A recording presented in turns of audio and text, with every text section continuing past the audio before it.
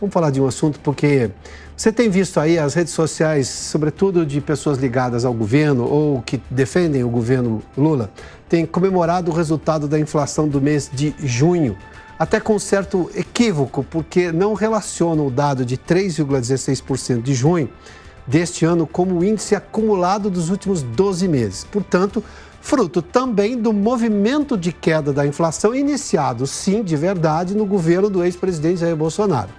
E também é o trabalho do Banco Central, que é violentamente atacado, criticado por membros do atual governo e parlamentares do PT. Vamos dar uma olhadinha nesse dado aqui. Temos as duas telas aqui. Vamos só pegar a primeira tela anterior, por gentileza, Nilson, a outra tela, antes da gente voltar a isso aqui. Esse é o dado que está sendo comemorado. É fato, são dados do IBGE, que em média a inflação oficial no país está aqui. O IPCA do mês de junho foi uma deflação pequenininha, 0,08, né? O IPCA acumulado de 12 meses, é de 3,16%. Ou seja, eu pego de julho do ano passado até junho desse ano, deu 3,16%.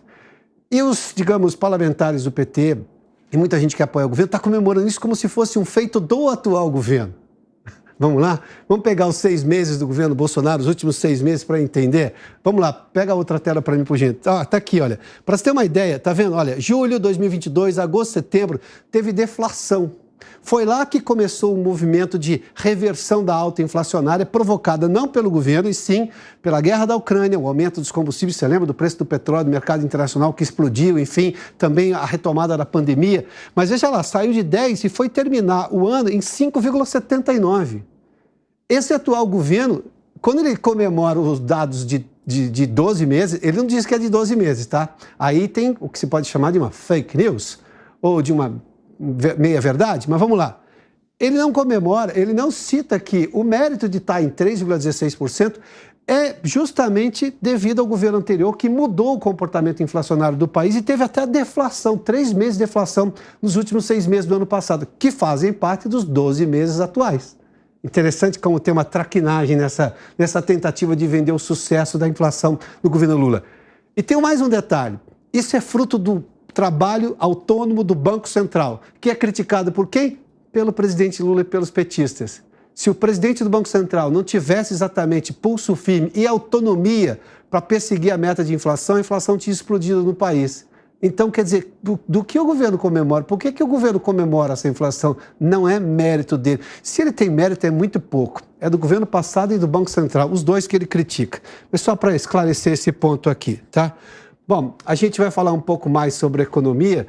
O Luiz Arthur Nogueira já está conosco, porque a gente vai falar um pouco dessa sanha arrecadatória do atual governo para fechar a conta de um governo que aumenta o gasto e quer aumentar a arrecadação de todo jeito. Nogueira, seja bem-vindo. Boa tarde. Tudo bem, Piotr? Nogueira, 12 meses são 12 meses ainda, né? Exato. O sujeito comemora a inflação de junho dos 12 meses, 3,16%. É de julho do ano passado também. Você precisa...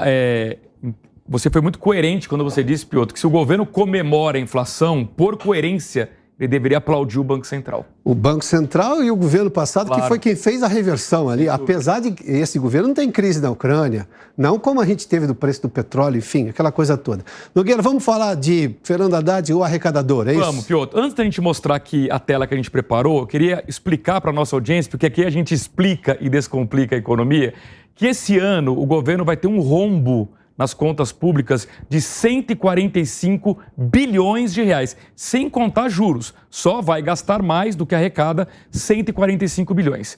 E a meta do ano que vem, estabelecida pelo novo arcabouço fiscal, é de déficit zero. Ou seja, para cumprir essa meta do ano que vem, o governo precisa aumentar a arrecadação em 150 bilhões de reais, dado que o governo não quer cortar gastos. Portanto, Piotr, a gente preparou uma tela aqui para mostrar que o ministro da Fazenda, Fernando Haddad, e sua equipe, eles estão obcecados em buscar aumento de receitas. Alguns exemplos aqui.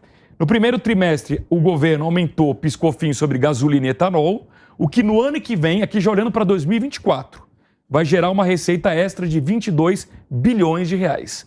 Agora, em setembro, para compensar aquela história dos automóveis mais baratos, vai aumentar PIS/COFINS sobre diesel, que para mim é um grande erro, porque diesel é para transporte de caminhões, vai afetar preço de alimentos, mas vai arrecadar 6 bilhões a mais. E se você acha que o governo estava dando alguma coisa para você, não, ele está pagando, está cobrando de quem consome diesel.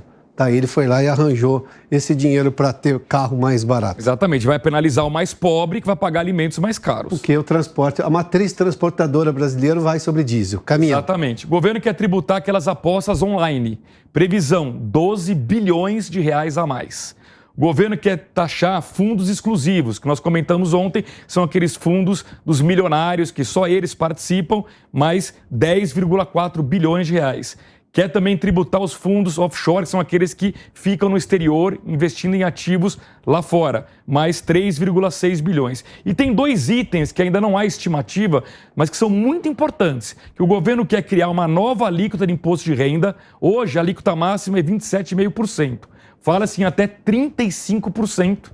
Então, se de fato o governo comprar essa briga, acho que o Congresso não aprova isso, mas enfim, a ideia é essa. E a tributação de dividendos, que também é muito polêmica, que os dividendos são os lucros divididos pelas empresas, por seus acionistas. Hoje, esses dividendos são isentos de imposto de renda e o governo quer tributar também. Ou seja, Piotr, um governo que não corta nenhum gasto só tem um caminho: atacar o bolso do brasileiro. Até porque dividendo é exatamente o que a empresa ganhou depois que ela pagou todos os impostos e toda a operação que ela tem. Uma emissão de uma nota fiscal, seja de serviço ou não, paga uma série de impostos. Ou seja, o dividendo não é exatamente isento, né? É o que sobrou depois de toda essa operação contábil. Por isso que muitos dizem que seria uma bitributação. Estaria tributando duas vezes, ou seja, algo que já pagou imposto, pagaria de novo.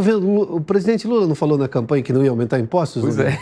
Tá bom. Nogueira, daqui a pouco você volta com o mercado, hein? Combinado. Vamos lá, agora